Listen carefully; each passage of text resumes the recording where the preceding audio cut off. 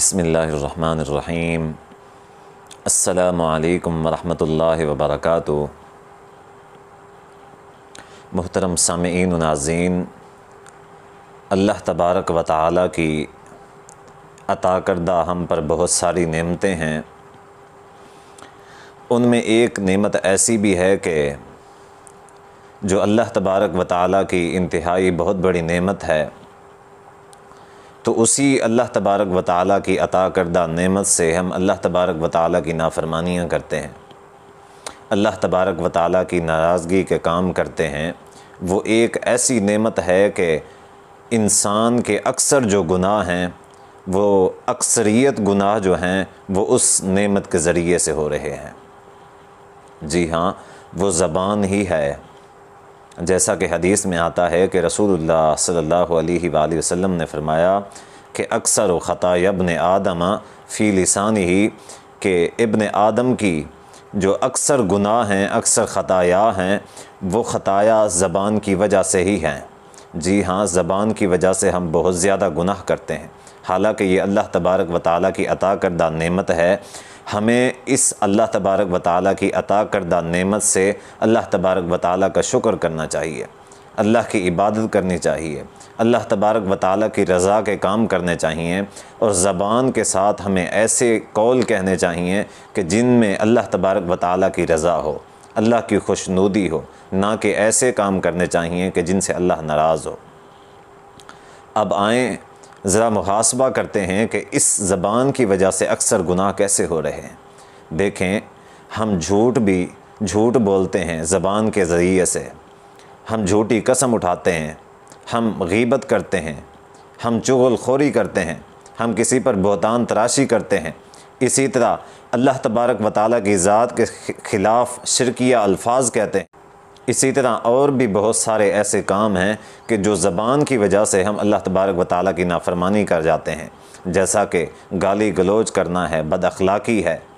بے حیائی اور فحاشی والے کلمات ہیں۔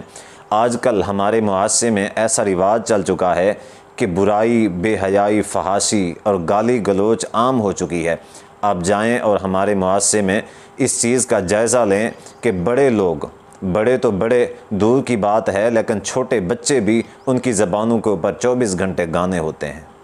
فحاشی کے کلمات ہوتے ہیں، ایسے الفاظ ہوتے ہیں کہ جن سے اللہ تبارک و تعالیٰ ناراض ہوتا ہے۔ چھوٹے بچے ہوتے ہیں۔ پچھلے زمانے میں تو یہ ہوا کرتا تھا کہ ہم میں بڑے لوگ بھی گالیاں نہیں دیا کرتے تھے۔ اگر جس معاشرے میں یا جس علاقے میں لوگوں میں گالیوں کی عادت تھوڑی بہت ہوا بھی کرتی تھی، تو وہ بھی کم سے کم فیملیوں کا لحاظ کیا کرتے تھے کہ یہاں پہ عورتیں ہیں، یہاں پہ لیڈیز ہیں، تو ان کا خیال کرنا چاہیے، یہاں پہ ایسی باتیں نہیں کرنی چاہیے جو بے حیائی پہ مشتمل ہوں۔ لیکن آج تو ایسا دور آ چکا ہے کہ چھوٹے بچے جو بولنے کے قابل ہوتے ہیں، میں نے ایسے اکثر اور بیشتر بچوں کو دیکھا ہے، ان کی زبان پہ انتہائی غلیظ قسم کی گالیاں ہوتی ہیں۔ دیکھیں، یہ اللہ تبارک و تعالیٰ کی کیسی عطا کردہ نعمت ہے کہ جن کی زبان نہیں ہے، زبان کی اہمیت اور زبان کے حوالے سے ان سے آپ جا کے پوچھ سکتے ہیں کہ زبان کی کیا قدر و قیمت ہے۔ حدیث میں آتا ہے کہ رسول اللہ صلی اللہ علیہ وآلہ وسلم نے فرمایا، صبح کے وقت جب صبح ہوتی ہے، انسان صبح کرتا ہے، تو آپ نے فرمایا کہ اذا اصبح ابن آدم فإن الأعضاء كلها، جب صبح ہوتی ہے، انسان کے جسم کے جو سارے کے سارے اعضاء ہیں کیا کرتے ہیں؟ تو کفر اللسان، زبان کے ساتھ گریہ زاری کرتے ہیں، عاجزانہ طور پہ کیا کہتے ہیں کہ اتق اللہ فینا، اللہ تبارک و تعالیٰ سے ہمارے بارے میں ڈرتی رہنا، یعنی کہ کسی قسم کا کوئی غلط قول نہ کہنا، کوئی غلط بات نہ کہنا۔ فإنما نحن بک، کیونکہ ہم بھی تیرے ساتھ ہی پابند ہیں، اچھائی کا بدلہ ہمیں بھی ملنا ہے، اور تیری برائی کا جو بدلہ ہے وہ بھی ہمیں ہی ملنا ہے۔ آگے وہ کہتے ہیں کہ فإن استقمت استقمنا، اگر تو سیدھے راستے پہ چلی تو ہم بھی سیدھے راستے پہ چلیں گے، اگر تو الٹے راستے پہ چلی، غلط راستے پہ چلی، تو مجبوراً ہمیں بھی غلط راستے پہ ہی چلنا پڑتا ہے۔ تو یہ ہے زبان کے حوالے سے کہ انسان کے جتنے بھی اعضاء ہیں وہ خود زبان سے گریہ زاری کرتے ہوئے کہتے ہیں کہ تم سیدھے راستے پہ چلنا، اچھا کام کرنا، اور اللہ تبارک و تعالیٰ سے ہمارے بارے میں ڈرتی رہنا۔ ایک اور حدیث میں آتا ہے کہ رسول اللہ صلی اللہ علیہ وآلہ وسلم نے فرمایا کہ ان العبد لیتکلم بالکلمہ ما یتبین ما فیہا یہوی بہا فی النار ابعد ما بین المشرق والمغرب۔ حدیث میں آتا ہے کہ رسول اللہ صلی اللہ علیہ وآلہ وسلم نے فرمایا